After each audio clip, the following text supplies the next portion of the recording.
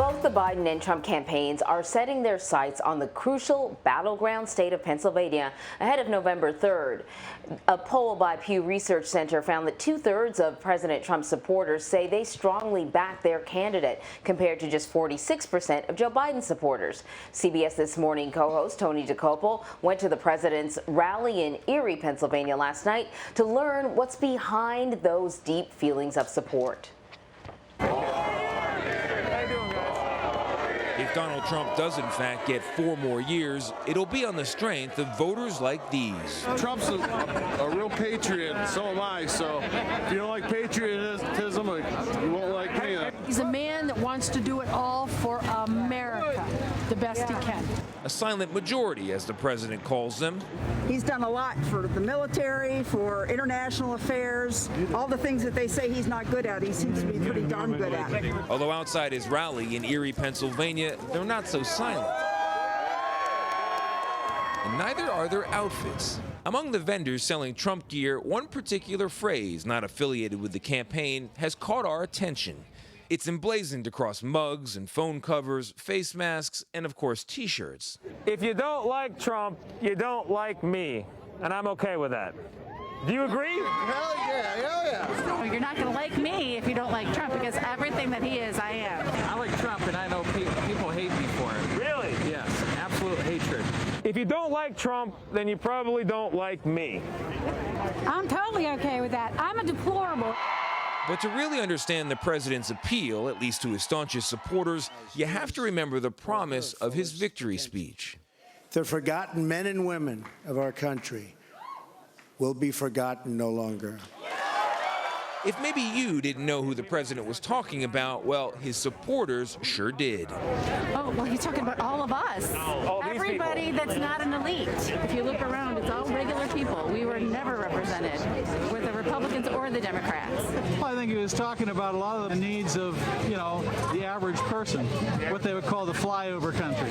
For them, it's about jobs. From 2008 to 2012, I was living paycheck to paycheck. Right now, I got money in the bank.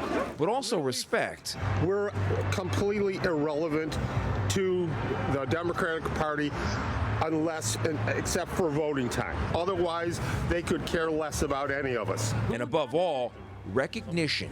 I would rather let him tell me what he thinks, but do the job, than getting a good words from politicians, and when they're in power, they will turn around and backstab everybody. If you felt forgotten in 2016, how do you feel now? I feel great, and I hope that he gets another 4 years. Felt forgotten in 2008. Yeah. 2008? 2012. 2012, you felt forgotten? Yeah. How do you feel now? It's great. Great. Love it. And as we've learned traveling through these battleground states, Trump's message can still land with a more varied crowd than you might expect. Thank you very much, Pennsylvania. Go out and vote. Did you vote for him in 2016? Yes. Are you going to do it again? Yes, absolutely. And your number one reason is? The economy. What's in the back of this truck? Yes. My job. And my freedom and my rights. You're going to be a first-time voter this time, voting for Trump. And what exactly pushed you over the line? Hey, I got one life. I want to do something, and he's going to make a difference, man. How do you think he's going to do on Election Day? I think he's going to get it. I think he's going to win, man. The guy.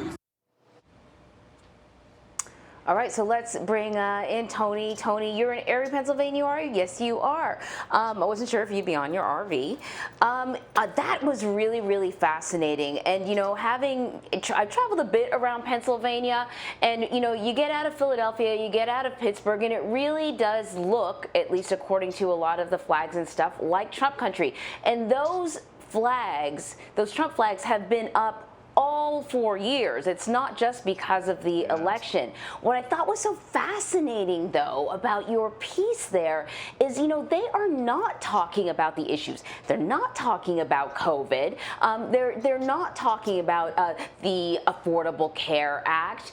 They're talking about the way Donald Trump makes them feel. And that lady who went all the way back to the deplorables, I mean, that line from Hillary Clinton still echoes 4 years later. It's kind of stunning. No, you hit the nail on the head, Anne Marie. People forget, particularly people who live in the southern part of Pennsylvania, that Pennsylvania is a state that to this day is a majority white working class state. Most residents are white without a college degree.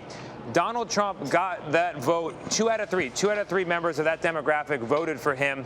And a big reason is because a bond that had existed between the Democratic Party and working class people, union households, it had frayed over the years.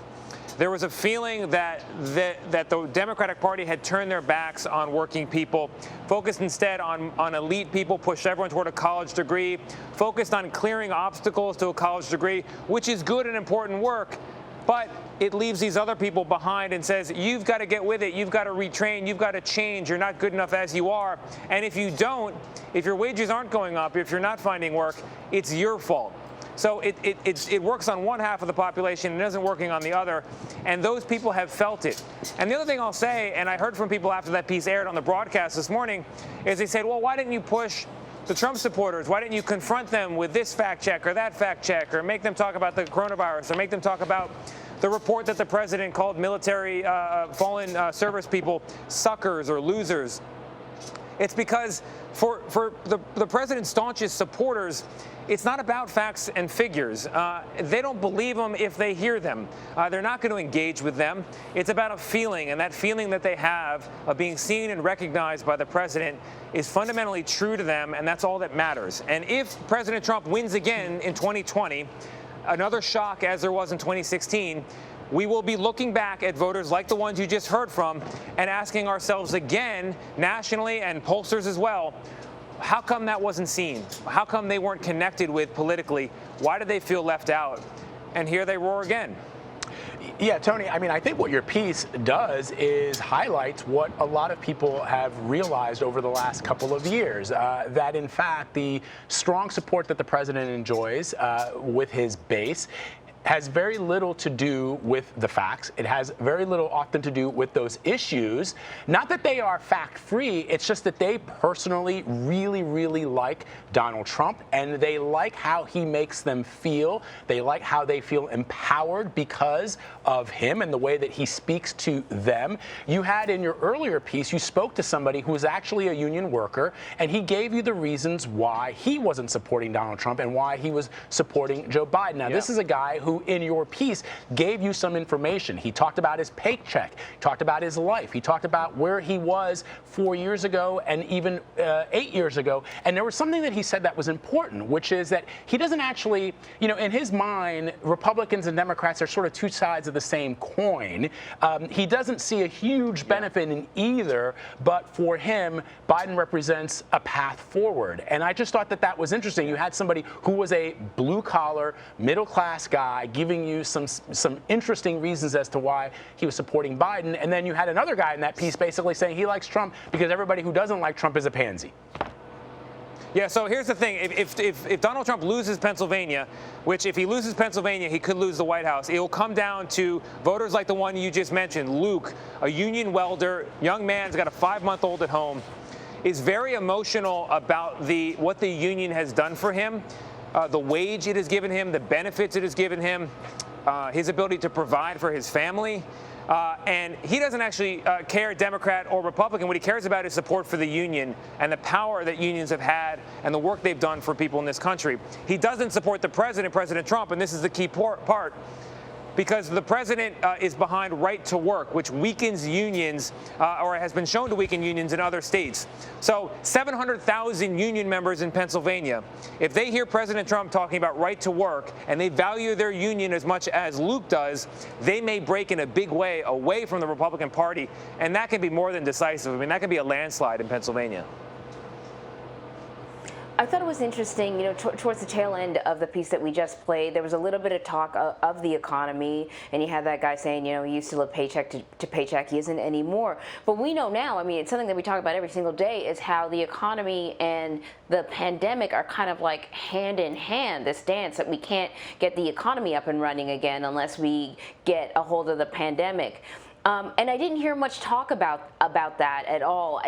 It's sort of, the thing about the pandemic is it initially hit, as you know, Vlad, in New York, it hit cities very hard initially. And so some of these smaller towns further out found themselves dealing with restrictions and wondering why, because they didn't have that many cases. Now we're seeing, you know, as the pandemic hits sort of areas further afield, and they're spiking now where the cities have been able to manage the pandemic. But I'm wondering if when you were out there talking to people, did they link the health of the economy to the physical health of the nation, the pandemic and the impact it was having, and the way the president managed that?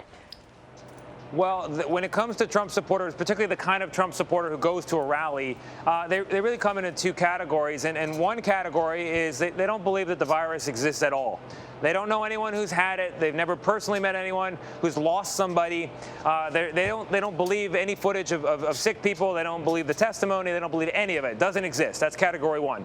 And then category two is people who think, yeah, it exists. Yeah, it's hurt people. But that was China that did it to us. Donald Trump has done a good job trying to manage it. And when it leaves our land, finally and once for all, the president is the best person to bring the economy back. So because you have a portion of them who don't even think it exists, it's hard to have a conversation about it. And then with the other people, they're not going to have a debate about this policy or the next one. They think the president has done a great job. And they think when the president says, let's open it up, that also is the right course. Because, you know, in the balance between the health tied to the virus, the health deficits tied to the virus, and the deficits tied to working or not working, a lot of people pick working. They'd rather be sick and making a living than healthy and scared about their bank account. You know what is remarkable, Tony, is to the point that you were just making. I was just thinking that given that his supporters, his base, seems to sort of believe whatever the president says, how different things would look right now if back in February the president had advocated masks and social distancing. We would perhaps not be where we are today with 220,000 of our fellow citizens, people who live in this country, having perished because of this pandemic. So that's the first thing that I thought when I was sort of listening to you say that, you know, for them, the virus doesn't exist. I know our David Begnaud just did a piece where there was a woman who was very much in that vein, who didn't believe in the virus, hadn't met anybody who had coronavirus until she became infected with it, and she's now in a hospital and will be there for the next 2 weeks. The other thing you had in your piece is you spoke to a young black man. How many people of color, black, brown, did you meet while you were covering this rally? So very few. And the reason I met very few is because there are very few. According to CBS News polling, it's about 10% of the African-American community that supports the president. Put another way, 90% of the African-American community, or 9 out of 10 black people you meet, do not support the president. So we included that guy at the end because they do exist, and 10% is a big enough number that can have an impact, but it's certainly not a majority. One theory out there, and this was something that somebody not on camera, but a black Trump campaign worker at a campaign office in Detroit came out to talk to us, didn't want to go on camera, or couldn't actually because of the campaign, and he said, there's a lot more like me in my community, but because so many of us are opposed to the president, we can't be open about it. So he calls them sort of shy Trump supporters. You hear about that sometimes. So that's why all these polls are still of concern to Democrats who were shocked in 2016. And now, again, they're thinking, who knows what's hidden in the figures? People really need to make a plan to vote and turn out. Indeed, and I think it was important, and we've been sort of saying it too, Tony, to remind voters that we have resources at CBSNews.com for people who are going to be voting, because this is such a consequential election, and there's so many things that are sort of unique about this election in terms of how people will be voting. It's important because of what you just said there, that, you know, that there are some people who are not being straight with pollsters or not being straight with reporters about who they support, and so every vote is going to count, and those hidden votes, the president has called them a silent majority, a silent red wave that's out there. It potentially is there for the president, and they could rally in the next 2 weeks. So it's important that people have those resources. All right, Tony. Yeah, I'm so glad you pointed that out. Thank you. Yes, of course. As always, my friend. Thank you very much. We appreciate it. Thanks, Lad.